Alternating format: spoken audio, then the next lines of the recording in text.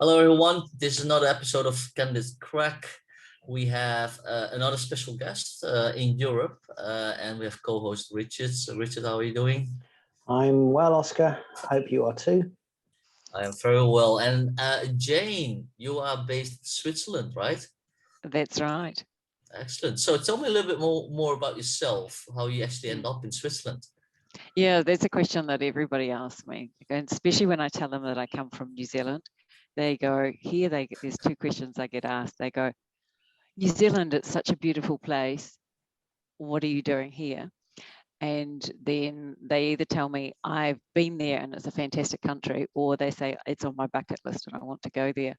So I get asked that a lot, but I mean, Switzerland's a beautiful place as well.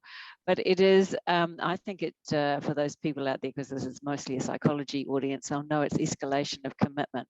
The Swiss make it so hard to get here that when you get here, you feel that you have to stay. So we originally came for 2 years. My husband got a job. And the first year I wasn't able to work because I didn't have a work permit. I fought like hell to get a work permit. So then when I actually got a work permit and could work, it was like, let's stay a little bit longer. And then they was, okay, now we've been here long enough that we could almost apply for a passport. And then let's stay a little bit longer and a little bit longer. And then all of a sudden COVID came and yeah, everything moving anywhere has been off the cards. So we've ended up living here 16 years here in Switzerland. Yeah. That's pretty impressive. And so you mentioned, okay, now you have your passport and you can work in Switzerland. So tell me a little bit more about your work. Yeah, so when I worked a long time in corporate roles in HR, and because of my background, I started off in trade unions. I worked for the Employers Association, sort of straight out of university. So I got to the label as the tough HR label, you know. So people used to say, oh, she's the HR lady, but she's not one of those fluffy ones. So I spent quite a long time working in HR, but in roles where organisations were going through a lot of change. The challenge was when I wanted to move on to something else, everybody said, oh, you know, you'll be great for another change project. And by the time I'd managed my sort of 14th large restructuring, when I was like, you know, I need to do something else. So now I work, basically, I like to look at the more positive side. And so helping organizations release the brain power of their people so that their people have the time and energy to focus in on what actually really adds value. So with a lot of knowledge working companies, trying to get them to move away from all those things that drag away their time from too many meetings and too many emails, and actually focus in on what actually is the value adding work that they're doing. So I work for the pharmaceutical sector. That's for the scientists to actually not spend their time doing bureaucratic things, but actually be thinking about scientific issues and things like that. And a lot of the time comes down to how teams can collaborate better to perform better within organisations. There's perhaps three distinct areas there that maybe will define the rest of our conversation. So one is, how well do people focus? Because part of good brain work requires the ability to focus. One is how well do people collaborate? So getting people together to do that. And I guess the third one is, how well do people learn as part of it? So do you want to start off with, you know, the focus distraction piece, because I know that that's something that you've written a book about. Yes. What do you do to help people become less distracted and more focused? Yes, yeah, it's interesting. So I wrote the book Focus in the Age of Distraction, and it really was about the time the zeitgeist was all about the challenges of focusing in with regard to external distractions from digital and devices. And so a lot of that, however, what I've come to realize a lot of the time now, since I wrote the book, and I do touch on it in the book as well, there's a lot of internal distractions as well, that people get distracted also by what's going on in their mind. And that's probably come out more in the COVID time. So when we're dealing with distraction, the answer's simple, but it's not easy to implement. So the obvious thing is just turn off all your notifications if it's distraction from digital devices, so that we're not at their beck and call. You know, they are servants to us rather than we are serving them. And then choosing the time, then setting aside time, time blocking some time so that you actually have thinking time in a busy corporate job where people get caught up in this cult of busyness, I call it, where, you know, they just rush from meeting to meeting and doing this and doing that, and they're so busy, but actually blocking time out. And then organizations can support that by, you know, sometimes they have email free Fridays, or Wednesday morning is communication morning, or whatever the case may be, to try and support some of that less distracted time and give their people some time and space to think. The internal distractions are obviously harder for people to deal with, and they're seeing that more over COVID time, which comes down into sort of people's well-being, where, you know, generally people are worried and anxious, and then that leads on to, you know, tactics like rumination and anxiety and things. And so that also can be very distracting. You know, you can have the perfect time that you're clear to be able to do something, but yeah, if you can't settle your mind down and actually focus on what's in front of you, then that yeah, doesn't help in any way as well. So I think there's two sides to distraction that we have to look at, and often we seem to think about the tools and the technology, and there's a debate around whether digital distraction is an addiction and whether our attention spans are getting shorter, which is some interesting questions that we could explore if you want to. Oh yeah, I mean, they're certainly worth exploring. But before we do that, I want to, because you talked about simple tactics to deal with the digital distractions, but are there simple tactics to deal with the internal distractions, or is that a little bit more complex? I mean, yes and no. I mean, I think that they take more time and practice. I mean, you can turn a switch off on your phone, harder to turn a switch off in your head. Obviously, ways to deal with rumination, something like that can be meditation is a good way, but to obviously take some time to build that up. Meditation, mindfulness, but anything that basically takes the mind off that problem. So there's other techniques like writing down what the problem is, screwing it up on a piece of paper and throwing it away, and metaphorically getting it out of your head, talking it through with somebody. You know, procrastination, setting accountability goals, trying to work out what's stopping you from doing something, talking it through with somebody. So there are definitely tactics and strategies to deal with those internal distractions as well, which we would probably put more, when it's at an individual level, put more into the, you know, psychological coaching and counselling line. Okay, thank you. So let's go back to that. So the fragmented attentions. So true or not? Yes, I mean, there's this myth that keeps going around that I wrote about in my book, which is, it just keeps coming up. Everybody says your attention span is shorter than a goldfish. And there was some research by Microsoft. So I should ask you, do you think your attention span is shorter than a goldfish, Richard? Mine. Sorry, what was the question? You can't even remember the question. No, it's shorter than a goldfish. I've read a lot about how to maintain your attention, so I think I'm quite good in general. But okay. Yeah, I don't think it is as shorter than a goldfish. No. Yeah. So there was a study by Microsoft in Canada who looked at how long people spend on a web page. And basically that had decreased from people went to a web page, they used to spend 13 seconds and now they spend 8 seconds, which they claimed was shorter than a goldfish. And somehow this myth kept going round and around media, and I still see people saying, you know, our attention spans are now shorter than a goldfish. Clearly, you know, reading a web page isn't your attention span. I mean, your attention span is how long you can focus and concentrate on something, is more scanning a web page, it's not that. But I think the other really interesting question with the way they present that is, I've always wondered, you know, how do you actually measure the attention span of a goldfish? I mean, that's the really puzzling question here, isn't it? I mean, how would you actually measure the attention span of a goldfish? So anyway, putting that aside, I mean, clearly attention spans can vary a lot. and they vary a lot on the factors of what you're actually interested in. You know, there's time, manner, place, but a lot actually comes down to, are you actually interested in what you're doing? Then you can apply all the attention that you, energy and resources, if you're actually into what you're doing, and can even get into a state which could be a state of flow, according to the man with that highly unpronounceable Hungarian last name, you know, where you're so into that you know, you don't even I'm going to notice impress it. you here. Chick You are? Haley. It took me years to remember it, but yes. Oh, yeah. Honestly, the only other person I've known who could pronounce that was actually Hungarian themselves. So well done. I just say Mr. Mick Haley. Yeah.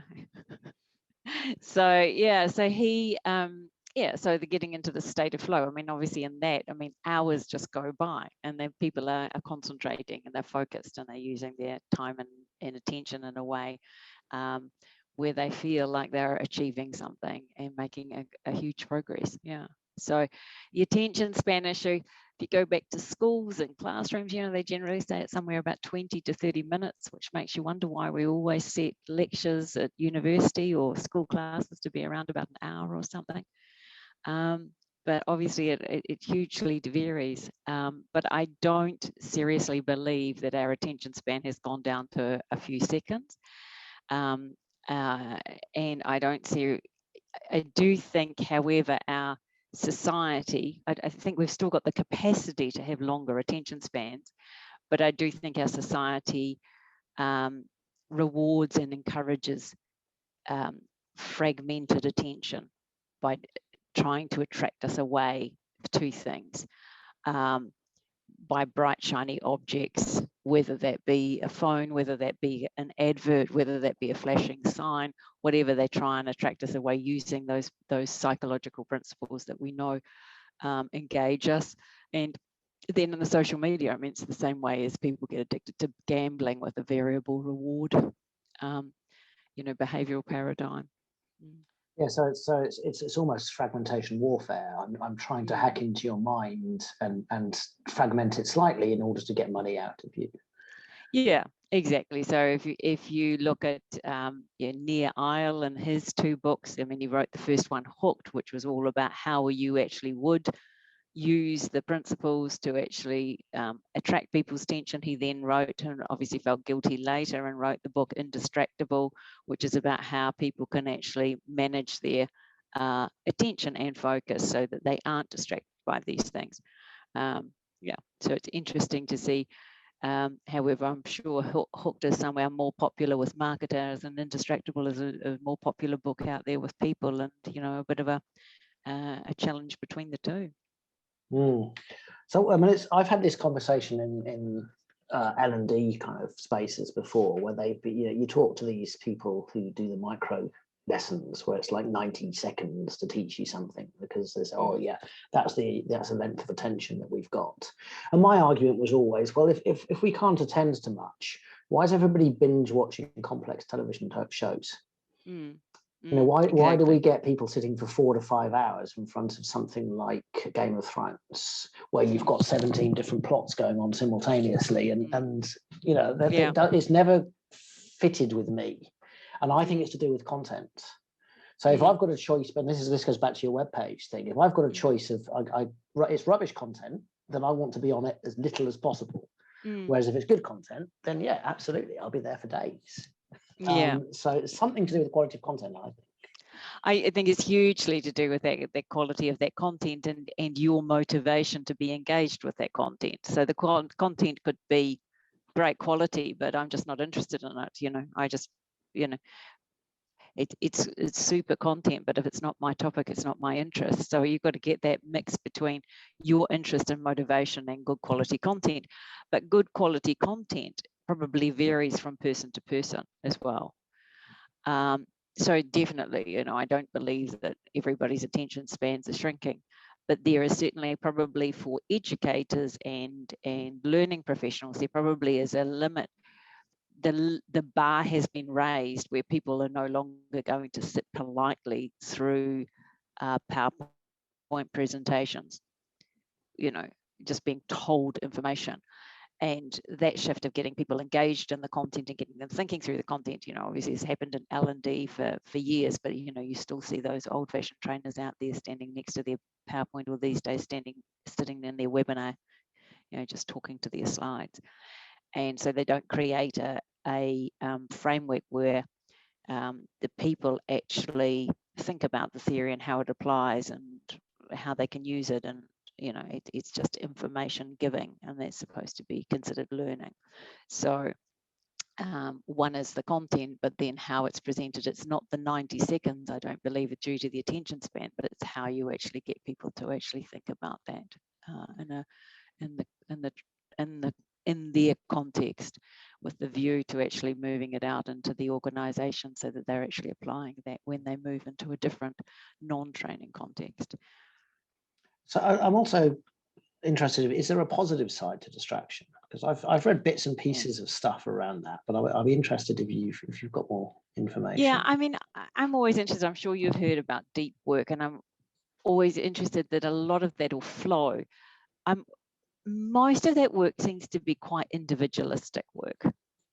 If you read what's there, and so I wonder whether there is not so much a value to distraction, but definitely a value to a creative environment at times when you are in the ideation phase, where you are pulling where the ideas come in a bit of a chaotic way. So that is probably, it's definitely away from what I would recommend to say, if you want to focus, set the timer, sit down, block off all distractions, focus on your task, get it done type thing. It's definitely away from that, and it could be distracting. However, you are concentrating on this one particular topic, however, bringing ideas from a broader fields. So I don't think distraction, perhaps it's not distraction, but to say that the only answer is to go into this sort of deep work mode may not always produce you the results you want. And then the other time that distraction is valuable is when we were talking previously about internal distractions, and when people are procrastinating or ruminating. Distraction, can, going out for a run or something, can help shift people's mood and mood that. So the distraction in that case, however, I wouldn't consider the distraction, you're feeling down at the moment, let's go and surf on social media and get FOMO and social comparison. So it would be doing something positive to distract yourself away from those emotions. I wonder if FOMO is a thing at the moment, because everyone's just sitting in their houses. So I was going to say, now we're just jealous of the UK, going, oh no, look, they went out. Yeah. yeah. Well, we never had that problem in Hong Kong. Both me and Richard are based here, so we've always been able to move freely around. But one thing that I'm really fascinated by, Jane, is that procrastination, because I think I'm a champion at this. But you give a really positive spin to this, so which I really like. Okay, made you feel better. I'm good. I've achieved one thing today. I've made you feel happier. Procrastination has its advantages, yes. Yeah, so explain a little bit more. How would that be let's say, how can you actually use this in the best possible way, procrastination? Because typically it's seen as a very negative, what is it? Negative trait, Yeah. There is a bit where, so there's the procrastination where you're putting off doing something because it's easier to do the quick, busy things to start with. It's easier to answer 10 emails than to get into some deep thinking.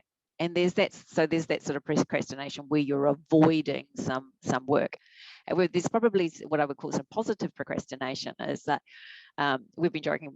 We joked yesterday when we were talking about, I'm not 100% sure what I'm going to talk about, the topic that's coming up next Tuesday. I have been, on some words, procrastinating. On the other way, I have been thinking about it, and there are so many angles, and I have to put it into a very small format. I'm also thinking through ideas while I'm procrastinating. I'm playing with ideas and I'm thinking. So I think there are times where actually taking a bit of space and playing through ideas and thinking through ideas and bouncing ideas around and letting ideas come, and that form of procrastination, which I don't think there's a word for, and we don't have a word for procrastinating because you're doing avoiding a task, and procrastinating because you're thinking about something. The procrastinating about thinking about something, I think, is valuable. Yeah, I mean, there's precrastination, which is I'm just going to do it immediately and not spend any time. I've heard that being used before, and then there's no, there's sort of a bell curve of procrastination where there's a sweet spot, and I think it's the same sweet spot with distraction. So there's, I've been reading some research. So with procrastination, you've, the too much procrastination, then you leave everything to the last minute and you do a bad job. And precrastination is you never leave enough time to have multiple ideas or multiple perspectives. You just do the first thing that comes into your head, and they're both bad. And there's a sweet spot in the middle. And I've read similar things about distraction, in that if you have a full day, if you're constantly having full days at work where you're not allowing yourself to be distracted, you might get a lot done, but you're not going to feel very good about yourself. Yeah. Having moments of distraction in the work day can be very useful. And we're seeing that more as we go through COVID, these moments of distraction in the workday. If you took the technology out of it, but these are the chats that you would be having with your colleagues, how much that social lubrication helps the collaboration. So I agree with you. And, a lot of the, productivity consultants, time management type things, it's about, blocking your diary out and, being so strict. There's also a bit where if you're looking for creative ideas and input, you actually have to give yourself that thinking space and head space as well, that you're not scheduled to be doing things which are always task focused and letting the mind wander. And so sometimes a bit of boredom helps. I think we've lost the art to be bored, because whenever we're bored now, we can reach for a phone and we've got a book there we can read, we've got a movie we can watch depending on our internet connection, we've got things to keep us going. So we don't often have that time where we're bored and we just stare out the window and let ideas come. And I agree in the work context, if you just could chew through 8 hours a day of just always being so focused, you would feel absolutely exhausted by the end of the day, because deep work is exhausting. Well, I think it's about 4 to 5 hours that you can do in a day, unless you're lucky enough to be in a state of flow where it all comes without effort. But you can't plan for that. Yeah, that I think is the interesting thing. I mean, I'm curious about the state of flow, because I wonder if you ever get into it if you're working in a big corporate. I mean, all the examples that are talked about are usually about sports people and poets and painters and things. So I really wonder whether maybe I just was never that into the work I did, not aligned enough with my values. But I can't think of any time when I was working for a corporate that I would say that I was in a state of flow. Yeah, looking back in my times in corporates, I would agree. I mean, I have been in states of flow, but it's been I've been working for myself when I've been at the university, and of course at the university, part of it is being paid to think. So if you're saying, oh, I'm just reading this book, and you go through a book in like that, you get into a state of flow. It's just coming into you, and you're enjoying it. But that's part of the job. Or it used to be. Less so nowadays, I think, sadly. Yeah, that was before what in New Zealand they put in research-based incentives, or judgments or something. Yeah, performance ratings. I think we're moving us into sort of the notion of collaboration. So there's distraction and collaboration. So once you've so collaboration for me is there's a different type of energy. There's movement, there's noise, there's stuff going on. So how do you work in improving that? Yeah, it comes down to, I think a lot of the times I like to think about how to improve collaboration is there's the bit where around people getting focused in on the same, on similar goals and objectives. So often in businesses, they've been told the objective, so they really don't buy into it. So understanding what it is and getting buy-in to that. And then when it comes to collaboration, I think you also have to clear out a bit of stuff that seems to happen where we don't tend to deal with the conflict. So actually understanding how different people operate and what their models and ways of working are, so that they can actually work together better in a team. And then I also think that if they have some time to collaborate, if they look at how some of the hows and those are around how they communicate, which tends to come back to a lot of the time meetings and emails, because people in organizations tend to over prescribe the time in meetings and less prescribe the time for actually doing some of that creative. So it's about creating the opportunity to actually collaborate rather than having such strict agenda setting meetings and all these sorts of things where we're running through reports and making decisions and things like that. So I would say it's around these three things: dealing with the sort of underlying conflict which is there all the time. It's around dealing with getting rid of some of that things which slow the team down, so they've actually got a structure to actually be able to collaborate in, and being clear or having clarity on what they're aiming for. So that's how I like to work with teams and look at the collaboration issue. So I think when you sort of, a lot of what you described, I would almost call business as usual shallow work that gets in the way of good collaboration. So this idea that the agenda-driven meetings that you have to go to, and it's all status reports and things like that. I mean, most of that could be done with dashboards today. It's just, okay, I can remember working with a sales team, and every morning they had a half an hour, it was either half an hour or 40-minute meeting with the sales manager. It's like, targets. It's like they've all got dashboards.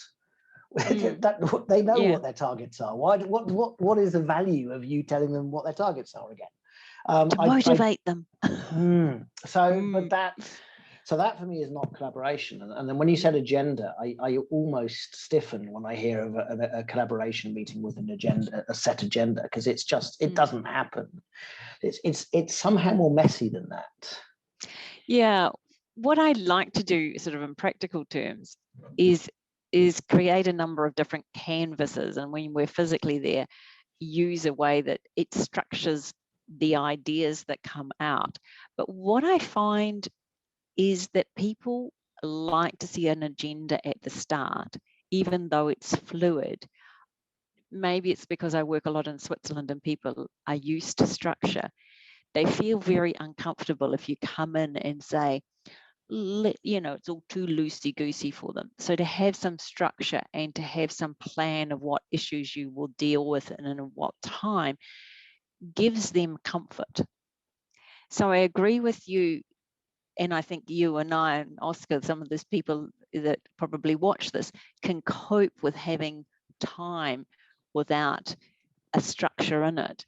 But other people sometimes can't, and we have to, if we want to meet them on their agenda and make value from, achieve what we want, sometimes we have to help them see that there's a structure and a flow and that we're going somewhere.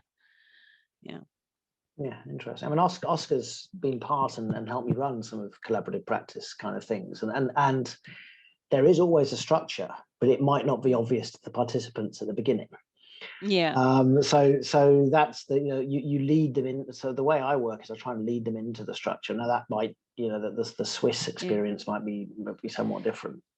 Yeah, I think if they trust you, that's fine. And once, I wouldn't need necessarily to do that further along as you get into it, but certainly to start with, and it probably depends on your population. There's this comfort, the feeling that there's a structure coming along and this person knows what they're doing because there's a plan here. Yeah. I wonder if this is typical to Swiss people, right? This structure thing. Because you're right. It probably could be, I mean, there's a million personalities, and I hate putting people in little boxes, but it could definitely be those ones who are in, if you're doing disc, the blue side of the blocks, or it could definitely be, you could say, it may not be a cultural thing. It may be a more deeper than that, a personality thing. Well, I guess that's sort of the companies I work for. Every company works very similar, right? In terms of agenda and a structure. And sometimes you can also, of course, maybe play with that. Sort of giving the illusion of a structure, then you completely change it when you start. Yeah. That's, I mean, that's obviously the flexibility that you go in there. You have a structure, but you don't need to stick to it. But people feel comforted that they've seen a structure come there, and hopefully don't feel too discomforted if you've achieved your objective at the end. Yeah.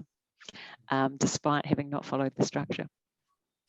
Yeah, so one thing you mentioned about sort of flow, right, into the corporate environment. So I was thinking, okay, so I've worked always in the creative industry, and I would say that that's, I don't know if it's the only industry, but I would say I've been in flow in a corporate environment because it's about creative ideas. And in fact, you're getting paid for that. So you need to come up with some really creative new ideas, so that you're under pressure to actually create that flow all the time, which is very exhausting. And maybe that's one of the reason why there's such a high burnout rate in the creative agencies, because you need to achieve this like on a weekly basis. But I wonder, from your experience, why is it that you don't think this can be, well, if it can be achieved, right, this flow, that sort of, you can train yourself to do this, how would you approach this to get into flow? To get it in a flow? Yeah, and to get it in a, how could you train yourself to do this? I think, to me, I think the issue about flow, and this is the bit which you can't train so much, is that you really are interested in what you are doing, and that takes over so that you move into that. So what you're doing becomes, you firstly, I mean, you can follow the theory. You need to have a certain skill at it so that you're not learning it. It's challenging, you're moving forward. But really at the end is what you're doing actually is really interesting to you personally, and you're personally motivated from it. And that, I think, is the hard bit to try and achieve, that you want to get better at something, or you want to actually do this. And that's the bit which it can be extremely hard to achieve in the corporate environment. Yeah, but it's a good question. I mean, if you followed the theory, it would be, you need to be learning the task, you need to have some challenges, the challenges need to be reachable, but not so far away from you and things like that. But actually, yeah, what you're doing is so personally motivating and so personally engaging to you personally, not because you're doing it for a client or a client's brief, or for a corporate that you're working for. And that, I think, is the challenge in many workplaces, where it's not perhaps the owner working in the workplace. Yeah, I think there are some environmental contexts as well, aren't there? If the external environment doesn't support the chances of flow, then because there's too noisy, or there's people moving around, or interruptions and distractions again. However zen you are, it becomes more problematic. Yeah, true. If you put it in that context, yes, those could be, like, I suppose, the hygiene factors. If you don't have that, it can obviously be very difficult to get into that state of flow, which then is, the sort of psychological state that you're moving into. Yeah. And it's sort of this, we talked collaboration and flow. The third thing I suggested that you involved with was learning as well. So you're creating conditions for learning. And I think collaboration and flow are very much part of learning. But does it look, what else is there to have this organizational learning going on? What else do you add? Yeah, to have organizational learning going on. I think the interesting thing to think about with organizational learning, as you rightly say, it's learning moving beyond from the individual person, but a group of people learning and moving in the same direction. And for that to happen, and for that organization to learn, there is a bit where there is a repeatable process so that other people can see it. And so I think there is a way within the organisations that they need to then, from what they've learned, somehow be able to codify that as a process and move on, which is the difference between, well, at the individual level, it's building the habit and it becomes part of the way that you learn. So you've no longer learned it, but it's become knowledge you've absorbed. And that's what happens in organisations. So if you say the learning in this organisation is we want to become agile or we want to become more innovative, it starts off with people learning what that is, but becomes so codified into the culture of the organisation. And how do you make that? Well, same as like with individuals, it somehow has to become a habit of the organisation, but they're not so sticky that you can't break as well. So I think it's about then changing a lot of the signals that help us form those habits around in the environment, the artifacts and the norms and the behaviours, the extrinsic rewards, and hopefully aligned with our own styles and intrinsic rewards so that it becomes a habit in the organisation. And then you move to something where you'd say, oh, this organisation has learned to be more innovative or more agile, for example. Right, thanks. And we can't avoid the fact we're having this conversation in the middle of a pandemic. So, No. so what has COVID done to these three dimensions, or sort of focus, stroke distraction as one, collaboration and learning? I think what's really interesting, which has happened if we start with focus, is that the research that I've read is basically people are finding that working from home, they are able to get more individual tasks done. So perhaps they are more able to focus than they were in the workplace. But at the same time, what they are finding is that collaboration, their ability to collaborate has got worse because of the actual tools that we're connecting with, create a barrier between us. We're not talking to a real person anymore. We're talking to a screen and all those things that I'm sure people have heard about, that, basically you can't read people's emotional reactions as easily. And so you sort of, always got this filter on when you're doing this, and this is more stressful and draining. So I think we're seeing that in some ways that focus for individual work has improved, but collaboration has got worse over COVID. I also see that when we're talking about how organisations are running, that the organisations which weren't in a place where they were comfortable trusting their people have then just filled the day with more and more meetings. And when we were talking about organisational learning, I think it's extremely difficult for the organisation is learning because it's basically had to move to remote work, and you can say the organisation may have learned, but I see perhaps a bit of a disconnect. A whole lot of individual people have learned something, but they're not sharing that out, so the social learning's not taking. So I've learned how to use my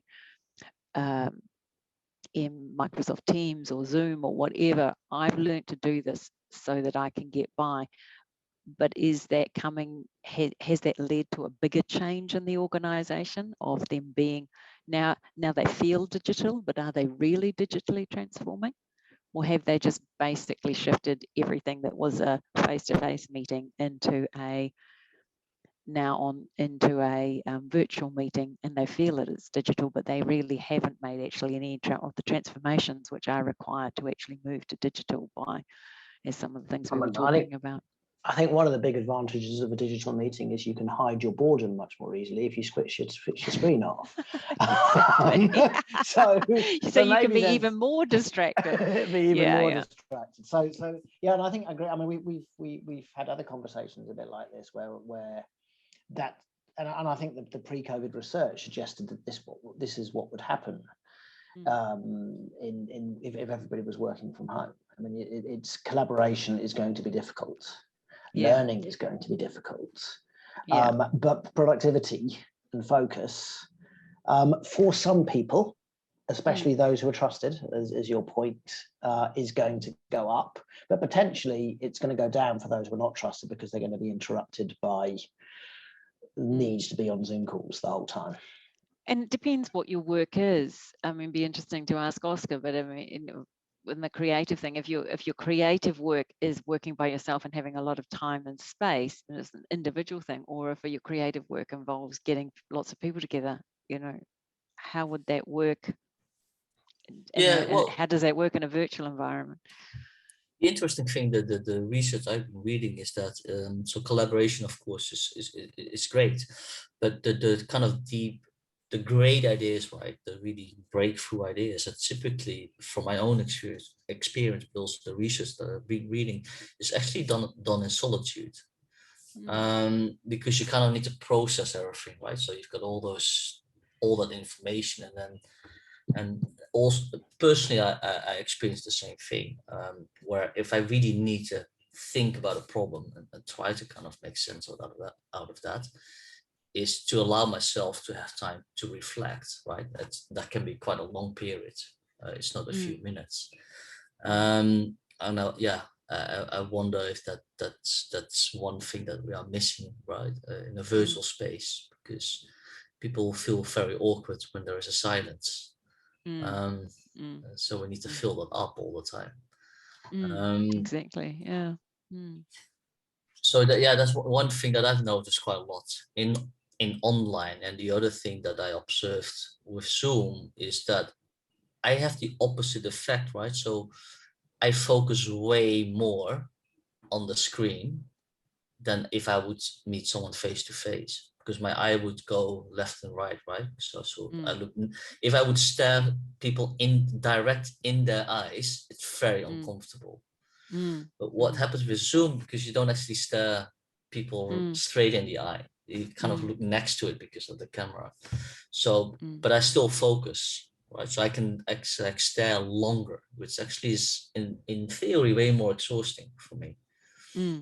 Yeah, and that's maybe coming up to a lot of the discussions where people are talking about Zoom burnout, is this generally that, in a meeting, the meetings, live meetings were no better either, but it would be obvious if you picked up your phone and started typing on emails, unlike that, but you didn't have to stare at the person the whole time who was presenting either. So, we used to have these incredibly boring meetings in a hot meeting room, and we always had, one of my colleagues joked that, what you need to do, Jane, to stop this, stop feeling like you're falling asleep, is you push your fingernails deeply into the palm of your hand so that it hurts, just so that you can stay awake through these meetings. And it's like, we always had this sort of thing, and it was harder perhaps to be distracted, but we just accepted that was the way that we did business.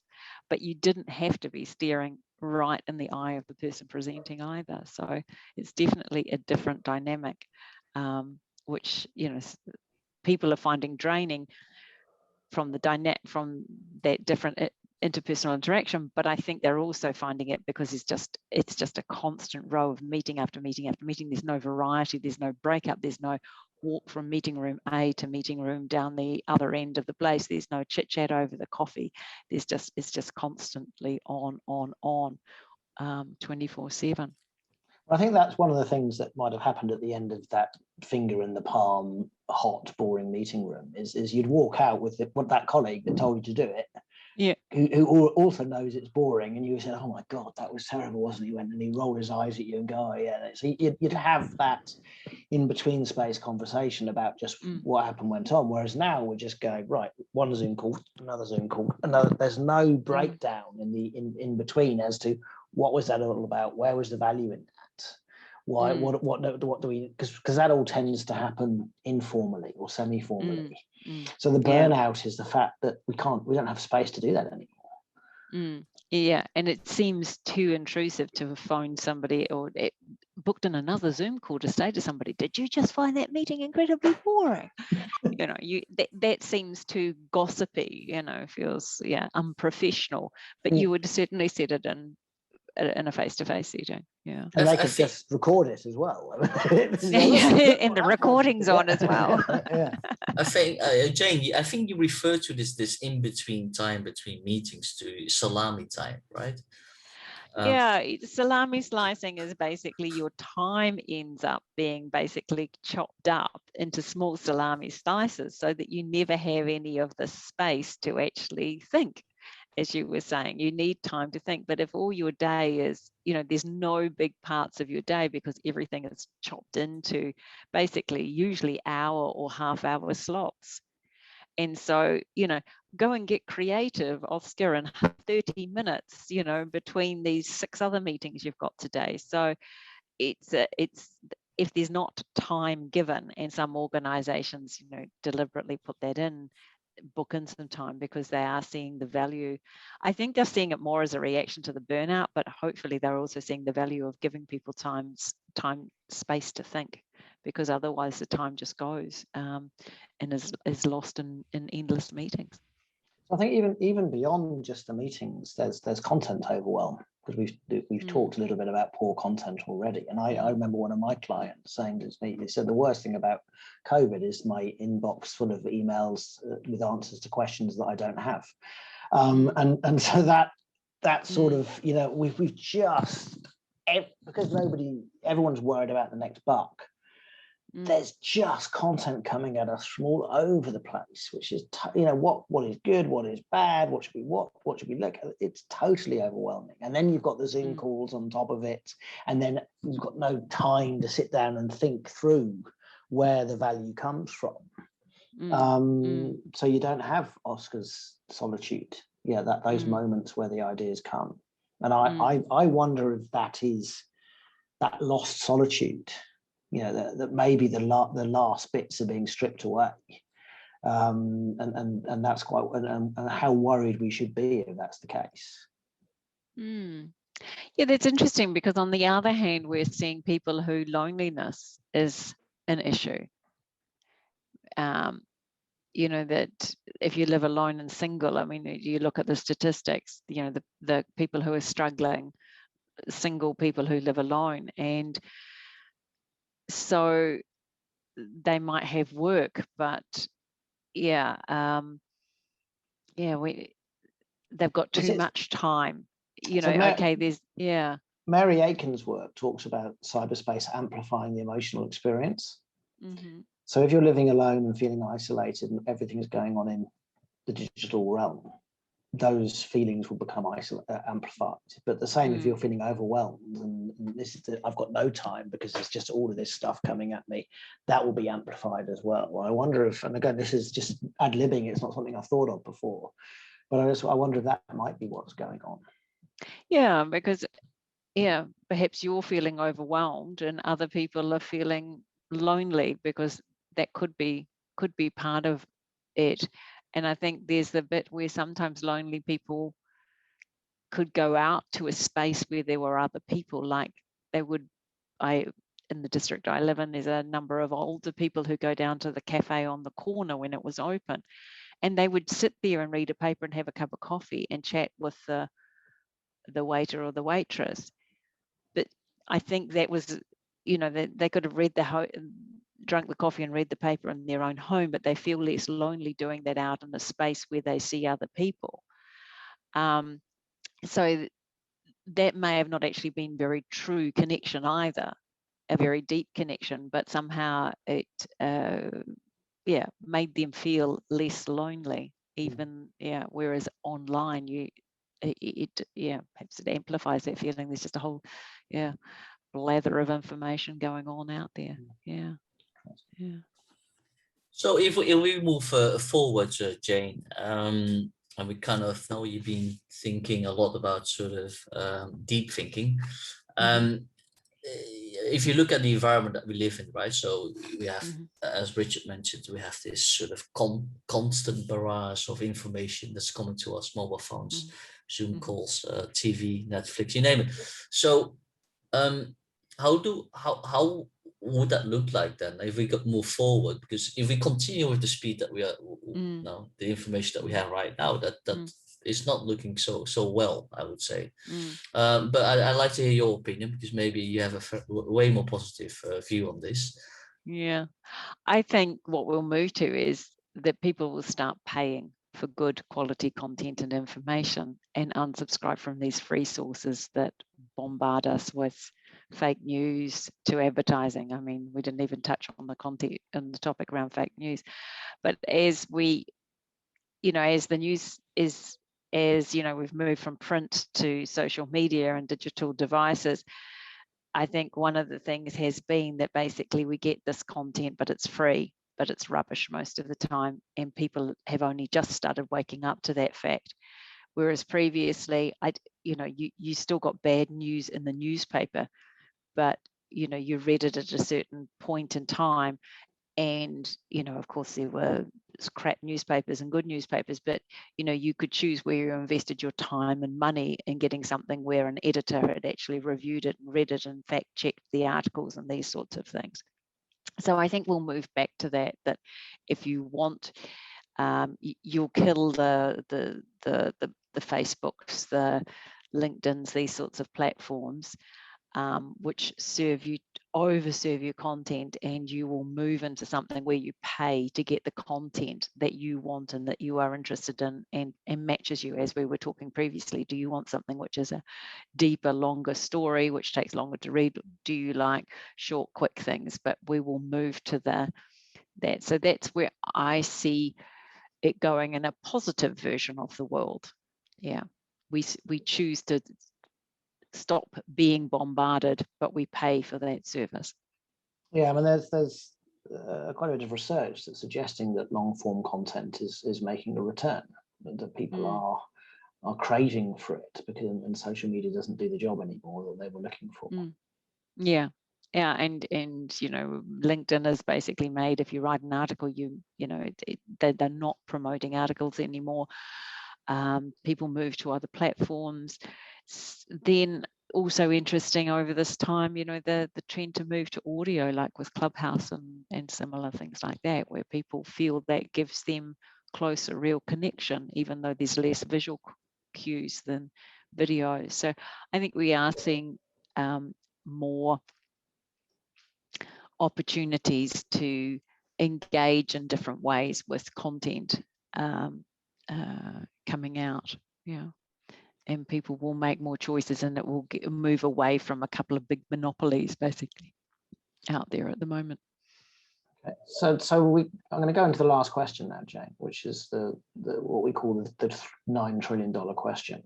And so the research, some of the research we've read suggests that there's $9 trillion of lost value across the OECD. And in relation to the work you do, a lot of that lost value would be around distraction and poor collaborative practice and things.